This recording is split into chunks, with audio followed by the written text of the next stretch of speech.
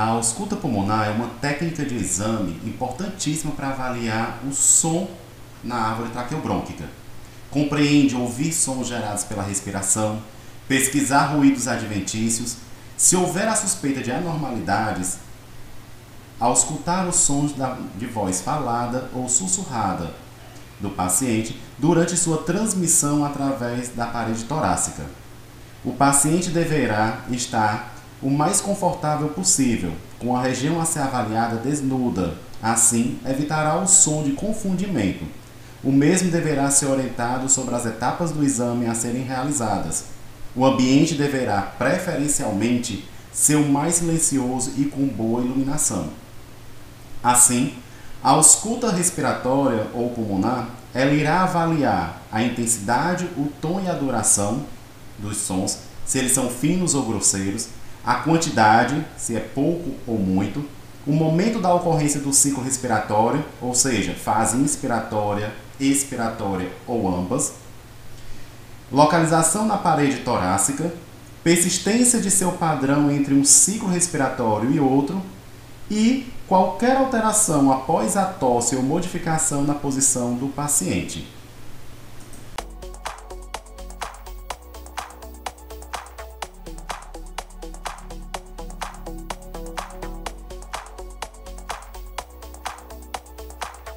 Então, em relação às partes do estetoscópio, nós temos as olivas, que elas devem ficar para frente, conforme a figura que irei mostrar a vocês.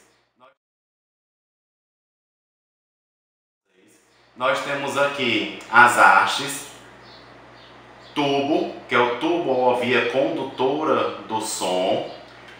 Aqui a barra ou a haste reguladora, né, que vai regular como é que vai ficar a pressão, né, das olivas e das hastes no seu ouvido.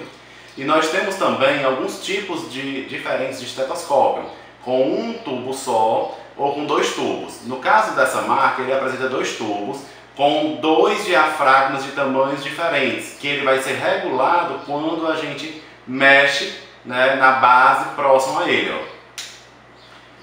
fazendo um som. Então, nesse caso aqui, nós temos o diafragma para a parte de criança, né? Ou seja, quando vai fazer a ausculta pulmonar infantil ou pediátrica, e nós temos aqui um diafragma para a ausculta de um adulto.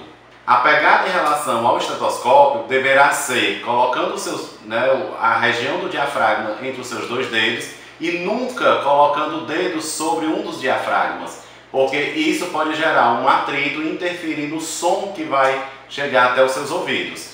Para localizar e entender em qual, né, dos dois diafragmas você vai escutar melhor, basta colocar as olivas na região auricular e com um toque do seu dedo na região do diafragma maior ou menor, você vai perceber aquele que tiver um som mais audível, ou seja, mais forte, é o local que ele está fazendo a ausculta. Caso contrário, é só mexer na região, né, do tubo.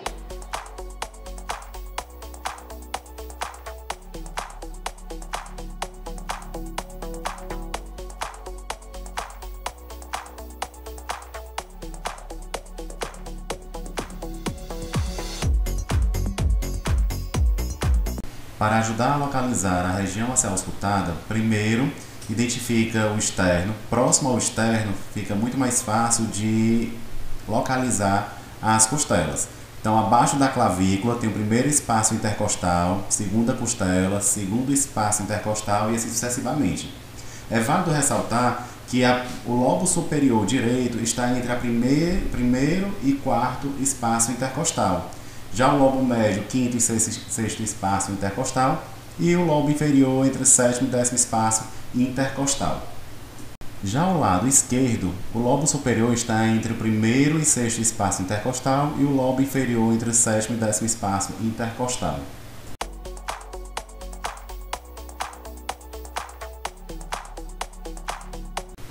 Na ausculta respiratória, ela deve ser sempre comparativamente, ou seja, o ponto no mesmo nível de um lado comparado com o nível do lado oposto. Preferencialmente, deverá iniciar pela parte inferior pois as respirações poderão estar mudando, alterando esses padrões, né, respiratórios, interferindo na ausculta pulmonar.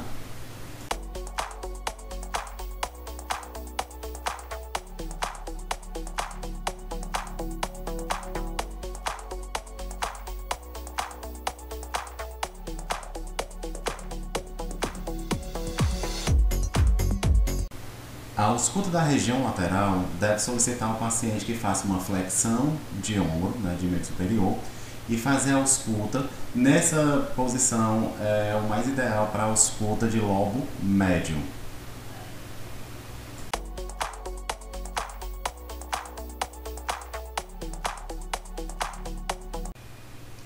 Já em relação à ausculta posterior, nós temos que tomar como base a coluna vertebral e os espaços, né, a região onde tem as escápulas, uma vez que a ausculta ela não pode ser sobre estruturas ósseas. A ausculta ela vai acontecer entre esse espaço, entre a coluna e as escápulas, ou seja, sobre a musculatura. Então, desta forma, né, devemos lembrar lá da anatomia que a maior área da parte da base ela fica na região posterior, enquanto a maior região do ápice ela fica na região anterior. A ausculta ela acontece, né, preferencialmente pela parte inferior, comparativamente iniciando, né, em volta do ângulo inferior da escápula e subindo, né, no bordo medial da escápula até o ângulo superior da escápula e acima dele onde nós vamos estar avaliando o lobo superior. E para finalizar essa aula, vou abordar dois tipos de ruídos que são os mais comuns, que são sibilos e roncos. Sibilos têm um tom relativamente agudo, maior ou igual a uma frequência de 400 Hz, com característica sussurrante ou estridente em pequenos e médios calibres. Pode ser dividido em sibilo inspiratório, quando ocorre predominantemente na fase inspiratória, sendo característico de secreção ou corpo estranho em pequenos e médios calibres, ou sibilo expiratório, quando ocorre predominantemente na fase expiratória, sendo característico de broncoespasmo, um exemplo na asma brônquica. Apesar que na asma brônquica pode apresentar sibilo somente na fase expiratória ou nas duas fases ao mesmo tempo. Também é válido ressaltar, abordar em relação aos roncos. Ele tem tom relativamente grave, com a frequência menor ou igual a 200 Hz e com características de um ressonar em grossos calibres.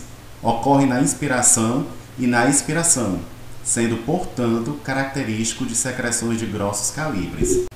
Por último, é importante lembrar que a ausculta pulmonar ela é um item da avaliação, porém, ela complementa os dados encontrados na anamnese.